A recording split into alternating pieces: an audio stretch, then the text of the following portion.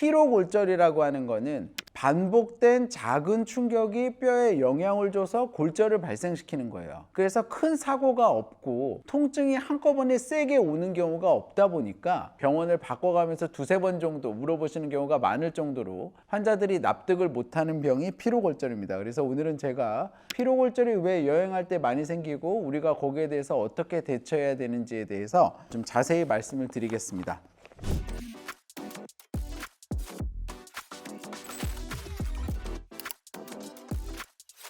네, 안녕하세요. 족발 닥터 킴의 김지범입니다. 드디어 민족의 대명절인 추석이 다가오고 있습니다. 그래서 추석에는 사실은 연휴가 길어서 저도 쉬고 가족들과 즐거운 시간을 보낼 수 있는 게 굉장히 좋은데요. 근데 예전에 제가 레지던트 전공의 시절을 할 때만 해도 추석이 되잖아요. 환자분들이 성묘를 가고 벌초를 하고 그래서 그런데 올라가다가 다치고 또는 예초기에 다치고 이런 것들이 사건 사고가 많았어요. 그리고 외래에서도 주로 그런 환자분들을 많이 봤고요. 근데 이제는 시대가 달라졌습니다. 추석이 되면 사람들이 여행을 많이 가기 때문에 여행을 갔다 와서 생기는 여러 가지 손상 때문에 제가 외래에서 많은 환자분들을 보게 됩니다. 그래서 오늘은 여행을 가서 발생할 수 있는 발의 손상, 그 중에서 놓치면 큰일 나는 손상인 피로골절에 대해서 여러분들에게 좀 말씀을 드리고자 합니다. 그럼 도대체 이름이 이게 뭐냐 이거죠. 아니 골절이면 골절이지 피로골절은 뭐냐. 피로골절은 그냥 골절하고는 좀 달라요. 보통 골절이라고 하는 거는 한 번에 큰 임팩트 있는 고에너지의 손상이 빡 하고 가해져 가지고 골절이 생기는 겁니다. 그래서 환자분이 기억하고 아 환자분 골절입니다 그러면 역시 난 골절이었어 라고 하면서 의문이 해소가 되는데, 피로골절이라고 하는 거는 반복된 작은 충격이 뼈에 영향을 줘서 골절을 발생시키는 거예요. 그래서 큰 사고가 없고 환자분도 통증이 한꺼번에 세게 오는 경우가 없다 보니까 의사가 환자분 골절입니다 라고 하면 납득을 못해요. 아니 저는 다친 적도 없고 심하게 붓지도 않은데 내가 진짜 골절이냐 몇 번을 물어보고 병원을 바꿔가면서 두세 번 정도 물어보시는 경우가 많을 정도로 환자들이 납득을 못하는 병이 피로골절입니다. 그래서 오늘은 제가 피로골절이 왜 여행할 때 많이 생기고 우리가 거기에 대해서 어떻게 대처해야 되는지에 대해서 좀 자세히 말씀을 드리겠습니다. 피로골절이라고 하는 거는 아까도 제가 말씀을 드렸지만 뼈에 반복된 충격에 가해져서 골절이 발생하는 거라고 말씀을 드렸습니다. 특히 여행을 할 때 많이 생기는데요. 그거는 두 가지가 있어요. 일단 여행을 가게 되면 생각보다 많이 걷습니다. 저희가 처음 가보는 곳이잖아요. 대부분 여행은 처음 가보는 곳이고 내가 원래 끌던 자동차와 자전거 이런 것들이 전혀 없기 때문에 거기서 걷는 게 주된 이동수단이 될 수밖에 없습니다. 그래서 다른 곳보다 더 많이 걷게 되고요. 두 번째는 또 여행을 가면 우리가 마음이 즐겁고 왠지 좀 편한 신발 또는 시원한 신발을 신어야 될 것 같기 때문에 운동화보다는 쪼리나 슬리퍼들을 많이 선택하게 되면서 발바닥에 더 큰 충격이 가해지게 되죠. 그동안 내가 평상적으로 걸었던 양보다 더 많은 양을 걸으면서 신발도 안 좋다 보니까 발에 반복되는 충격이 가해지게 되면서 우리가 피로골절이 생기기가 쉬운 겁니다. 그러면 내가 여행을 갔을 때 어떤 상황일 때 피로골절이라고 진단이 가능한 건가? 아니, 내가 어떤 증상이 있으면 내 발이 피로골절이 아닐까라고 의심을 해야 되는가에 대해서 말씀을 좀 드릴게요.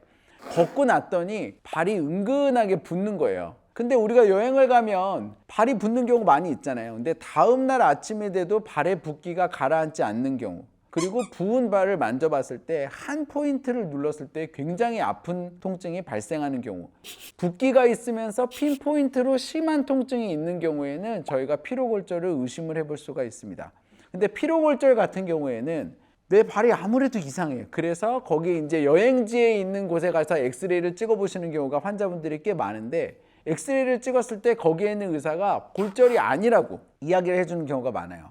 피로골절은 반복되는 그런 충격으로 인해서 뼈에 금이 가는 거기 때문에 엑스레이에서 보이지 않는 경우도 많습니다. 근데 그거를 보통 의사가 그러면 이거는 피로골절의 가능성이 있어서 일주일 정도 후에 우리가 다시 한번 엑스레이를 찍어봐야 되고 그 기간 동안에는 조심해야 되고 쉬어야 되고, 이러한 것들을 외국에 있는 여행지에서, 저희 나라 사람들은 외국인 관광객이잖아요. 그래서 의사가 외국인 관광객들한테 그거를 자세히 설명해 주기도 어렵고, 그거를 설명해 준다고 하더라도 우리나라 사람들이 잘 이해하기가 어렵습니다. 그래서 그냥 단순히 대부분 골절이 아닙니다, 가세요라는 이야기만 듣게 되고, 돌아왔을 때 난 거기서 골절이 아니라고 이야기를 들었는데요 라고 많이 말씀을 하세요. 그래서 피로골절은 엑스레이상에서 잘 나오지 않을 가능성이 높다. 그리고 그거를 진단하기 위해서는 MRI까지 찍어봐야 되는 경우가 많은 그러한 골절입니다.